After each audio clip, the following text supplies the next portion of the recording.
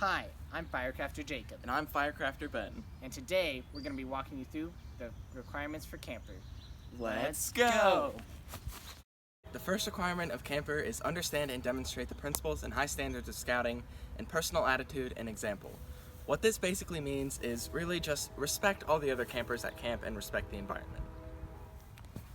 Alright, so requirement 2 is about the Scout oath, law, motto, slogan, sign, salute, and handshake. This is a pretty long requirement and we'll be going in detail about it in another video, along with requirement 3, which is about scouting and how it began and came to America. So requirement 4 is all about hiking. The first thing you gotta do before going on any hike is to plan your hike. So what me and Firecrafter Jacob are gonna do is start here at my backyard. This is the pond. And what we're gonna do is we're gonna walk around the pond and back to my house. So now we're on our hike. So one of the requirements is to tell what the proper procedures are for a safe hike. One of them is to always have a buddy. Following the buddy system is a great way to keep safe. If you get injured, you'll have a buddy to help you out. Always make sure you have a partner along with you on a hike. Another one, which is a great idea, is to check the weather beforehand. You don't know what dangerous weather could be ahead. It could be a tornado or a thunderstorm. But right now, it's bright and sunny because we looked at the forecast a little bit ago. Next is to always stay on the trails. Make sure you don't wander off because that's the easiest way to get lost.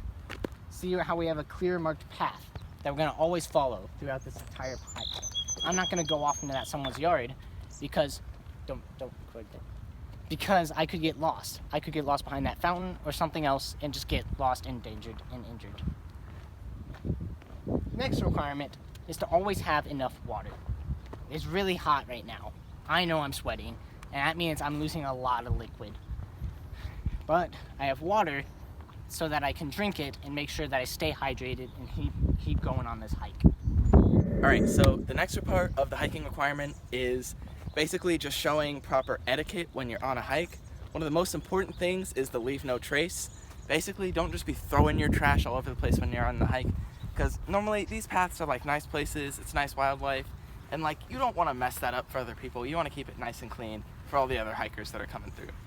Secondly is to stay on the marked trail. You don't want to be disturbing all the wildlife. They have the trail where they want you to go, so just stay on that trail.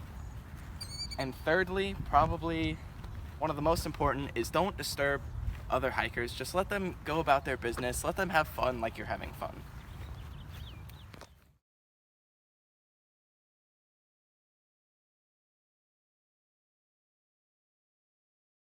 Wait, no. Alright, so requirement 5 is all about lighting fires. You can light fires with a magnifying glass, blender steel, or steel wool. Right here we have our flint and steel. Alright, so what you're going to do is we're going to strike it together. And we have her onto this bird's nest. It should make a spark. So it's coming back in a couple of seconds. Yeah. Oh, look at that. Oh, there it is. Alright, there it goes. There goes our fire. Ooh, look at that. Oh, wow.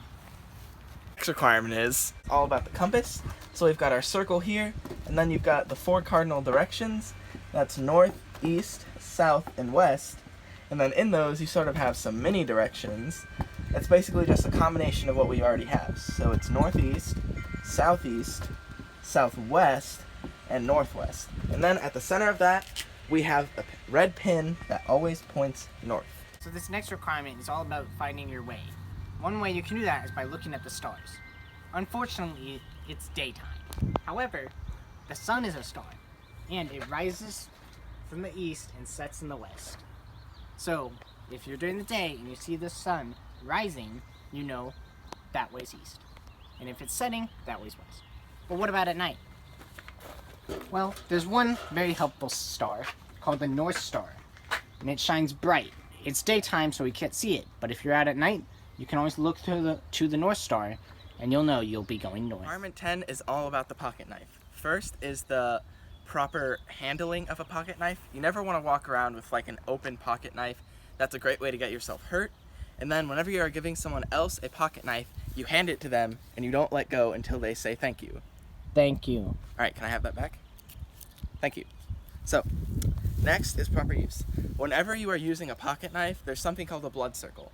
Basically, you want to extend your arm, and you don't want anyone to be in your nearby vicinity when you're using your pocket knife because you don't want anyone to get hurt. When you're doing that blood circle, don't have the knife drawn because you might accidentally slash someone, and that's a bad idea. And then third is the care of a pocket knife. Normally, you're going to sharpen it with a whetstone, but I do not have a whetstone, so I'll just kind of explain. So what you're going to want to do is you're going to take your whetstone. It's normally like just a little block that you hold in your hand. You're going to get it a little wet, as the name implies, and then you're just going to bring it down the blade, sharpening it as you go. There's a couple of the requirements for the rank of camper. There are still a couple that are still left to do, like the hour of service and reading through the Woodsman card. And remember, if you need any help, always ask a fellow firecrafter. Thank you for watching.